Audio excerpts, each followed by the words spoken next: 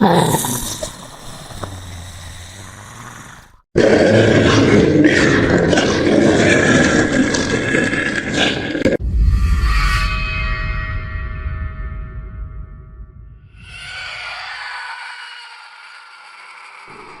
back to Kalish Ama Channel. Bagi mereka yang sukakan kisah seram dan mistik, pada kali ini Kalish akan menceritakan satu kisah yang telah diceritakan oleh Salina, di mana dia kerap diganggu oleh sosok hantu tinggi setiap malam sewaktu hendak tidur beberapa belas tahun yang lalu ketika masih di alam remaja. Kisahnya bermula apabila Salina, bukan nama sebenar, kerap merasa sakit badan, lemah, tidak bermaya, kurus, mata merah, mulut bengkak, serta selera makan semakin berkurangan, malah mengalami kemurungan. Dia pernah menjalani pemeriksaan kesihatan dan ternyata dari hasil keputusan yang diterima menyatakan dia tidak menghidap penyakit kronik dan cuma letih sahaja. Akhirnya, dia telah membuat rawatan alternatif dan berubat secara perubatan Islam, dan setelah dikesan, dia telah diganggu jin, iaitu spesies hantu tinggi. Tetapi setelah berubat dan Alhamdulillah, Salina semakin pulih dan tidak lagi diganggu oleh hantu tinggi yang kerap mendatanginya setiap malam bagaikan diarah oleh seseorang untuk memudaratkan Salina. Berbalik kepada cerita Salina, dia merupakan seorang pekerja sales marketing yang menjual pelbagai jenis produk kecantikan. Malah, Salina adalah seorang gadis yang sangat bergaya pada masa itu dan sentiasa berpakaian kemas dan cantik. Salina terpaksa menjaga keterampilan diri kerana pekerjaannya yang sentiasa berdepan dengan publik dan dia perlu sentiasa kelihatan kemas. Selain itu, Salina adalah seorang yang peramah dan talkatif yang membolehkannya dapat mengambil hati klien dan customernya untuk membeli produk yang dijualnya. Dalam masa yang sama, beberapa orang staf marketing wanita yang juga sama bekerja dengan Salina, tetapi jika dibandingkan dengan Salina, Salina sering mencapai target dan mendapat pujian daripada bos mereka. Ini kerana Salina seorang yang rajin dan pandai mengambil hati customer, malahan mempunyai rangkaian dengan orang ramai sehingga Salina mempunyai prestasi marketing yang lebih tinggi dan hebat meninggalkan rakan-rakannya yang lain. Di antara kesemua staf, Adira, bukan nama sebenar, adalah yang paling rapat dengan Salina. Mereka sering lepak dan lunch bersama. Malah, sekiranya mereka bekerja menjual di booth atau kerja travelling, Salina dan Adira sering menjadi rakan partner untuk mencari customer.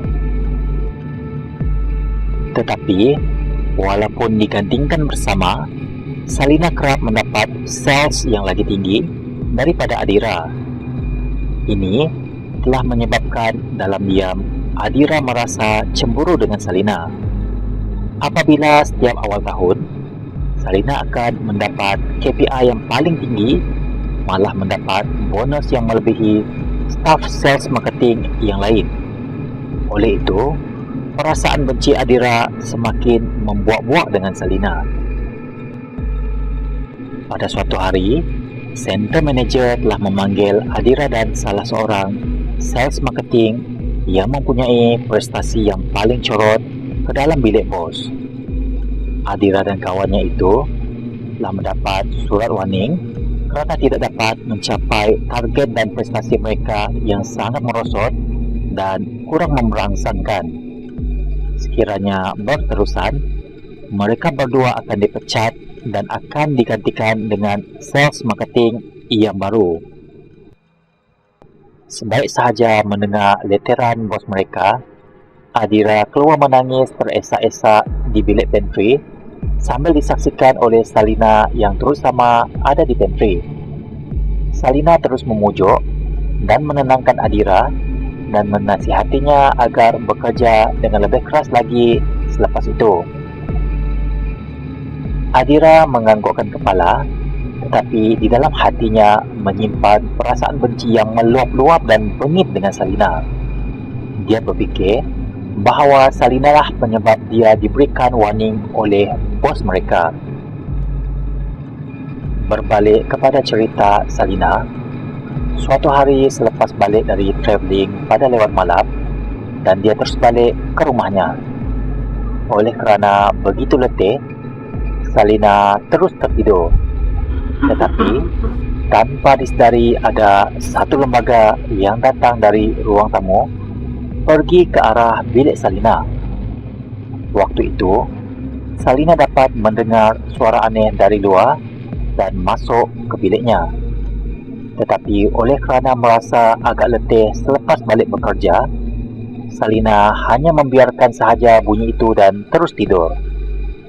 Tidak disangka, sosok makhluk seperti hantu tinggi memerhatikan Salina dan menjelekkan lidah ke mulut Salina. Selepas beberapa ketika, makhluk itu terus pergi meninggalkan Salina. Keesokan harinya, selepas bangun dari tidur, Salina terkejut apabila melihat lebam di badannya, malah bibirnya kelihatan pucat dan matanya seperti bengkak. Tetapi Salina cepat bangkit dan terus mandi sebelum terus pergi bekerja seperti biasa. Ketika masuk ke pejabat, rakan-rakan Salina agak pelik melihat perubahan pada diri Salina, tetapi mereka tidak berkata apa-apa dan terus melakukan rutin kerja seperti biasa. Adira yang melihat Salina seperti senyum dan puas hati. Selepas bekerja, Salina pun mengemas barangnya dan balik ke rumah. Seperti biasa, pada malam hari sebelum tidur, Salina diganggu lagi oleh sosok makhluk hantu tinggi ketika tidur. Dan perkara yang sama berlaku berulang kali sehingga berminggu-minggu lamanya. Selepas bekerja, Salina pun mengemas barangnya dan balik ke rumah. Seperti biasa, pada malam hari sebelum tidur, Salina diganggu lagi oleh sosok makhluk hantu tinggi ketika tidur. Dan perkara yang sama berlaku berulang kali sehingga berminggu-minggu lamanya. Sebenarnya Salina perasan ada satu lembaga mendatanginya setiap malam, tetapi ia berlaku antara sedar dan tidak sedar kerana terlampau mengantuk dan lemah sewaktu tidur, dan dia tidak dapat membuka mata kerana kudratnya terasa sangat lemah. Cuma apabila hendak tidur, Salina ternampak ada satu sosok lembaga yang tersangat tinggi mendekati dan menjilat bibirnya dengan lidah yang sangat panjang, tetapi sewaktu itu ia tidak dapat melawan kerana merasa sangat lemah dan tidak bertenaga, dan terus terlelap sehingga keesokan harinya. Apabila bekerja, rakan-rakan Salina perasan Salina bercakap seperti tergagap-gagap, tidak seperti sebelumnya. Ini kerana mereka kenal Salina adalah seorang yang talkatif, tiba-tiba berubah menjadi seorang yang kurang lancar apabila bercakap, dan perubahan pada Salina menyebabkannya agak sukar untuk mendapat customer, berbeza dengan bulan-bulan sebelumnya. Maka hari demi hari, prestasi Salina semakin menurun dan akhirnya dipanggil center manager ke bilik bos dan sempat diperhatikan oleh Adira. Sewaktu itu, Adira kelihatan tersenyum gembira kerana menyedari Salina akan dimarahi bos mereka. Tetapi setelah melihat Salina keluar dari bilik bos, mereka seperti ketawa, malah Salina diberi cuti rehat 2 hari kerana sakit. Ini menyebabkan perasaan Adira semakin marah dan meluap-luap. Akhirnya, pada malam itu Salina didatangi lagi oleh hantu tinggi di malam hari. Kali ini, hantu tinggi ini semakin agresif berbanding hari-hari yang sebelumnya. Selepas bangun dari tidur di pagi hari, Salina melihat kesan lebam-lebam pada tubuhnya dan sangat sakit untuk bergerak. Akhirnya Salina balik ke kampung menemui ibunya. Ibunya yang sudah mendengar cerita dari Salina, yang sudah membuat temu janji dengan seorang ustaz dan telah menceritakan masalah yang dialami oleh Salina. Ketika ibu Salina mempertemukan Salina dengan ustaz, Pak Ustaz menyadari ada sesuatu yang ganjil pada diri Salina.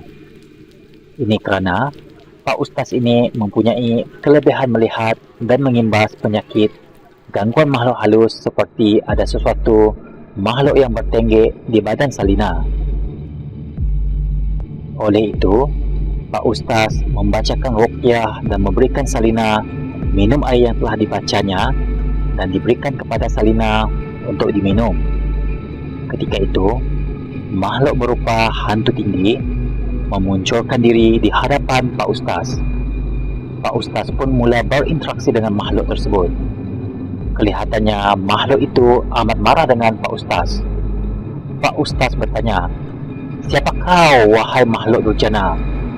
Kenapa kamu mengganggu gadis ini? Apakah tujuanmu?"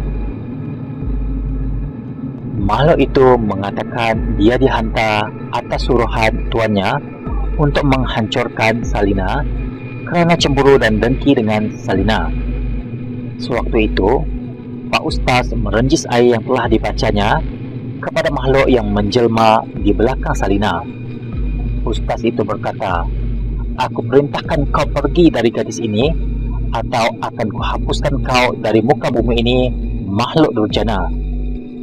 Pak Ustaz membaca surah Ayatul Kursi dan 3 kul, dan kelihatannya makhluk itu menjerit kepanasan dan meminta ampun. Pak Ustaz berkata, "Kembalilah engkau ke tuanmu atau ke asalmu dan pergi daripada mengganggu gadis ini, atau akan kuhapuskan kau dan segala keturunanmu yang menderhaka kepada Allah Subhanahu wa Ta'ala." A'udzubillahi minasyaitonirrajim.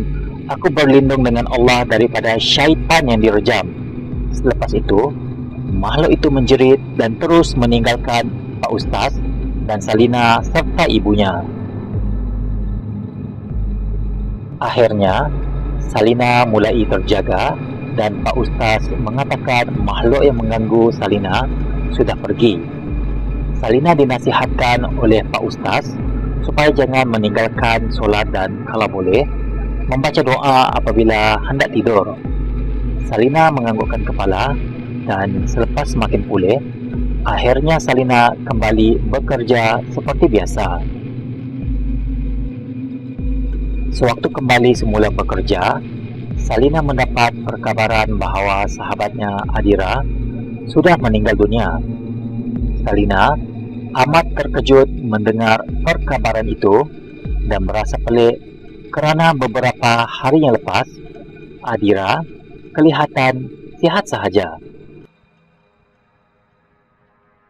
Tetapi di dalam hati kecil Salina, Salina sepertinya sudah mendapat jawapan siapakah yang menghantar makhluk hantu tinggi yang memudaratkannya. Selepas dari peristiwa itu, Salina pun banyak berubah. Dia tidak lagi berpakaian seksi dan kini memakai baju yang sopan. Salina juga tidak meninggalkan solat, sentiasa bersedekah dan melakukan kerja amal jariah. Walaupun begitu, peristiwa diganggu makhluk hantu tinggi sewaktu tidur adalah salah satu pengalaman ngeri yang pernah dialami oleh Salina yang tidak dapat dilupakan hingga ke hari ini. Begitulah kisah yang diceritakan oleh Salina. Benar atau tidak, wallahu alam bisawab.